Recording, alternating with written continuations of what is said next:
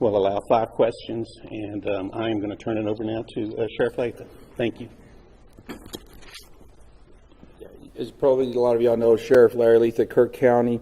One thing I want to tell you, I appreciate y'all covering this. One thing I'm really big about is transparency. We really appreciate y'all getting the message out there. We will do our best. Like you said, we'll have 2 more p.m. this morning. These are changing rapidly, okay? So the next time we meet, I'll update you, but just bear with us, okay? They will be changing. They're already changing. I'm up here, and we'll try to do a really good job. I've got some notes here I'm going to read because I want to be pretty accurate on this. Then I'll talk a little bit before I turn it over to Chip Roy.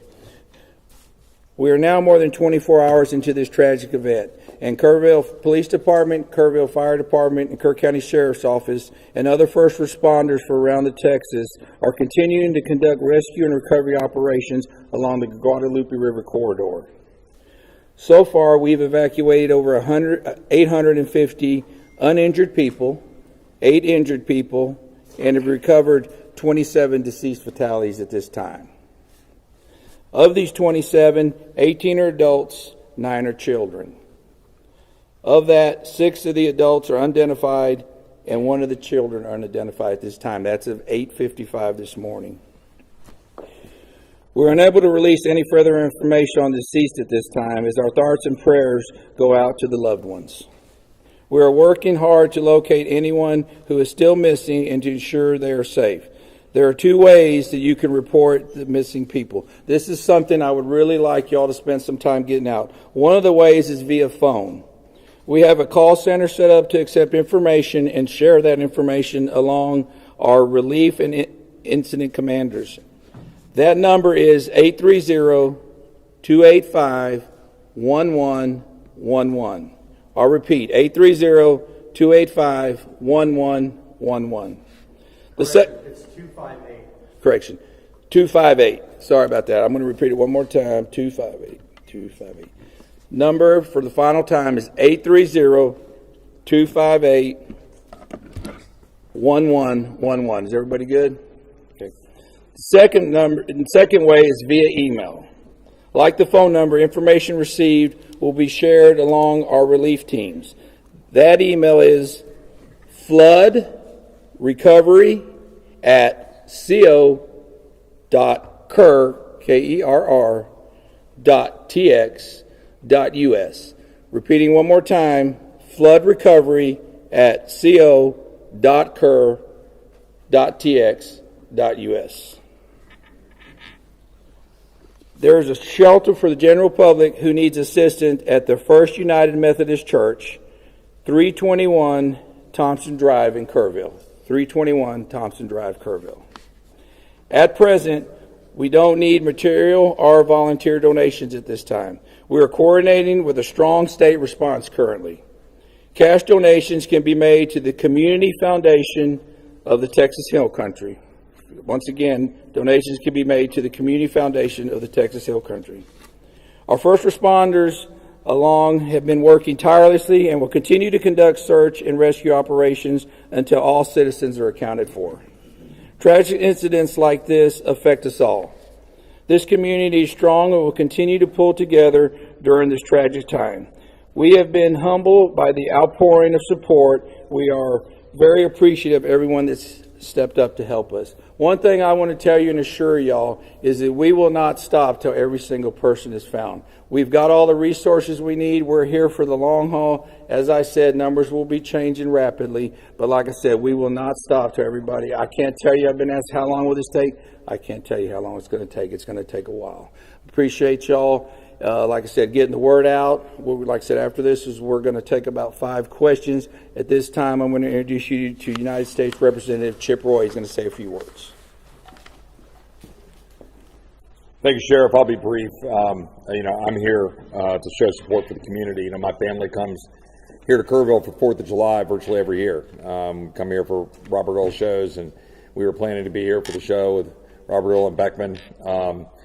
But these are the events that we're dealing with today, and trying to explain to a world that's watching this and asking questions what a flash flood looks like, where you have a 26 to 30 foot rise in the water in a matter of an hour, 4 to 6 a.m.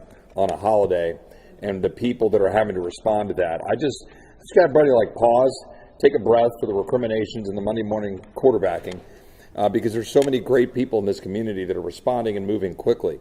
Lives lost, saving people, like camp directors, and I'm going to let other people name names and stuff. That's not my job here, but we know the stories of people that have been heroic in trying to make sure that the lives lost was at a minimum and trying to recover individuals. I got a call and an update this morning. My kid's school, there was one of their schoolmates was missing, and was one of the kids. She was on a mattress for 2 or 3 hours in the middle of the night, and she's united with her mom, and that's wonderful. And those are the kind of blessings that we should be celebrating, while we're also mourning the loss of life as we identify those that didn't make it and are now home with their Lord. So I just want to appreciate the first responders, the coordinated effort from the state, local, federal partnerships. Yesterday I was on the phone with the president, with the secretary. I expect we'll have some additional visitors today. I'll let other people talk about that, but I couldn't even get the conversation out with the secretary, trying to explain to her what we were dealing with. That doesn't happen often for me, but it took me a while to collect myself to even be able to tell her what we were looking at. And they've been fantastic, made available immediately at the request. I talked to NIM about the need for help with the Army Corps, talked to the secretary and their team, and they're immediate. It's been an extraordinary partnership. I think there's been 1,000 or so boots on the ground combined between state, local, and federal. I'll let them say the numbers, but obviously hundreds of people that have been rescued, 160 plus air rescues. I think that number's going up. Airlifting and taking in resources to some of these camps that were isolated. So let's focus on that. Let's focus on finding those who can be found, and then we can always assess what we need to do later going forward. But extremely proud of this community. Let's finish the job here over the next few days. Support the local law enforcement and the first responders, and pray for the families, particularly those who have lost loved ones. With that, I will turn it over to the mayor. Thanks, Joe. I'm Mayor Joe Herring Jr., Mayor of Kerrville, Texas. I'm glad you're here, and I have a few comments to make. People need to know today will be a hard day. It will be a hard day. This is the message I want to share. The city of Kerrville is thankful. We have help from our city crews, from county personnel, from state agencies, and federal resources, including the Coast Guard. I have been asked how people can help. The sheriff has mentioned that a fund has been set up by the Community Foundation of the Texas Hill Country. Information about this can be found on the city's Facebook page. In fact, if you want to know how to help, I know from my phone, from my texts, from my emails, thousands of people across our state and the world want to know how they can help. The easiest way to get information about that is to follow the City of Kerrville Facebook page. City of Kerrville, City Hall Facebook page. They have done an admirable job of making sure all resources and all information is available, not only to the citizens of Kerrville, but to the citizens of the world. I'm thankful you're here. Today will be a hard day. Please pray for our community. Thank you. Next up is City Manager Dalton Rice. Thank you, Mayor. Dalton Rice, the City Manager for the City of Kerrville. Just wanted to give a couple updates on operations. Operations did continue through the evening. We used specialized equipment with a lot of helicopters, trying to identify any areas that we could find, heat sources or whatever. So operations did continue throughout the night. Obviously, the water did recede into this morning. I do want to encourage folks with road damage, even though a road may be open, please use extreme caution. If water does get under the road, we are seeing a lot of debris, a lot of asphalt that is washing up, so there could be some other damaged areas. We did start boots on the ground operations about 8 a.m. this morning. And started about southwest of Hunt, so southwest of Camp Mystic. These folks will be traveling very difficult terrain up through Ingram, and we're going to start getting information. So again, as the sheriff had alluded to, the information is changing constantly, and it's going to be changing by the minute. Talked about roads. Don't do your own searches. We know everybody wants to get help. As the roads start clearing up, you're gonna want to get out there. We are in constant communication with families. We're in constant communication with those around, and so we will continue to effortlessly work through working with our partners. Again, we've been working with Border Patrol, Texas DPS, game wardens, federal side, U.S. Coast Guard is here. We want to thank them. Air assets. Again, we have hundreds of state and federal and local resources out here supporting this community. We do have grief counselors out there, so if there's anybody that needs any support, please don't hesitate to reach out as well. We still are operating shelters. Shelters are the same ones that we gave out before. Good news is a lot of the shelters have gone down in numbers, so there's either been those that have been reunited or kind of moving on.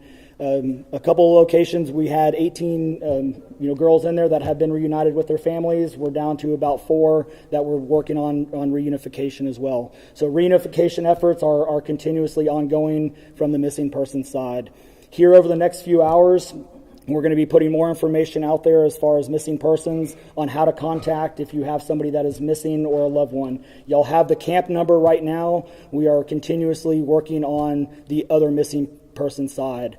The best way that I can sum this up is we have the known, which is the 27 potential missing campers that we're looking for now. The unknown is how many people were here locally, visiting, on vacation, doing other things in the community that we just do not have numbers. So these numbers are going to change throughout the day. And with that, we will take 5 questions.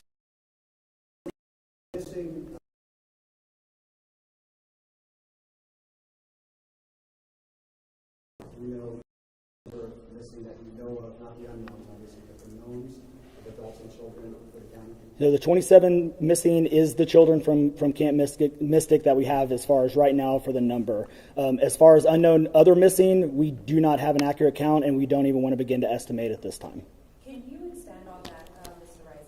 A lot of people in the community, business owners, people that are living along the river, have said they are very concerned the number will go up of missing, and they want to know more about how you guys are looking for them, what the efforts are, maybe even some of the challenges. Can you speak to that? Yeah, absolutely. So like I alluded to with the operations piece, we have basically a team of about 34 folks from Texas Task Force 1, DPS, game wardens, and Border Patrol that are boots on the ground on each side of the river, starting in Hunt, and they're starting to make their way up. Across this entire area, it's probably about a 17-kilometer stretch. They are going to be in very debris terrain, very difficult, challenging contours along the riverbanks. So it is a very harsh environment. We are doing what's called a primary search, which is basically a very quick search. But when I say quick, that is up, down, sideways. They're turning over as many rocks as they can, culverts, up in trees. They are looking at every possible location, and then we'll start going into a layered approach, or what we also have from the locals, which has been a really great resource. In the floods that we have, there are known collection points where debris tends to collect along the riverbank. We do have intel on what sites and locations those are, so we can also put additional resources into those collection sites and start getting a more focused approach on that. We've seen a lot of tragic flooding. We've seen a lot of tragic flooding in central Texas over the past few weeks. There are so many people, I know this is so early, but there are so many people already asking what can be done to stop the loss of life. We saw 13 in San Antonio. We have seen an unknown number, but at least 27 here.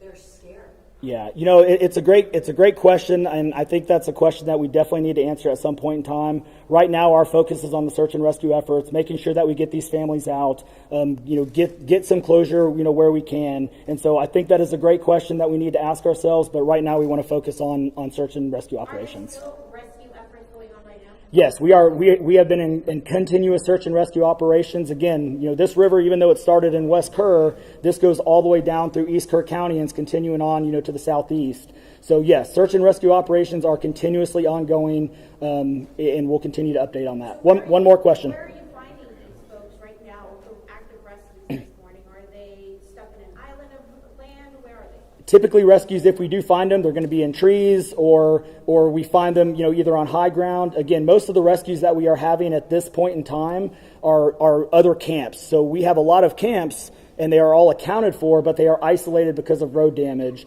So we know where they're at. We're getting them food, water, resources, and now it's a matter of just getting them safely across, low water crossings or other areas to other shelters. There's so much confusion, though, about these kids. We know that there's missing kids, there's pictures, and there's names and all this stuff.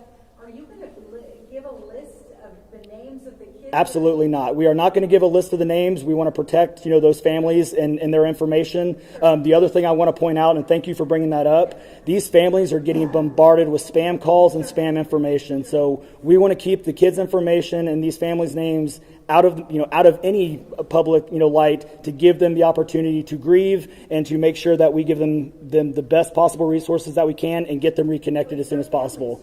So some of them are, and some of those have been a great help as well. So yes, it is a double-edged sword, but we need to work through it. So our next one will be at 2 o'clock, and we'll give updates then. Thank you.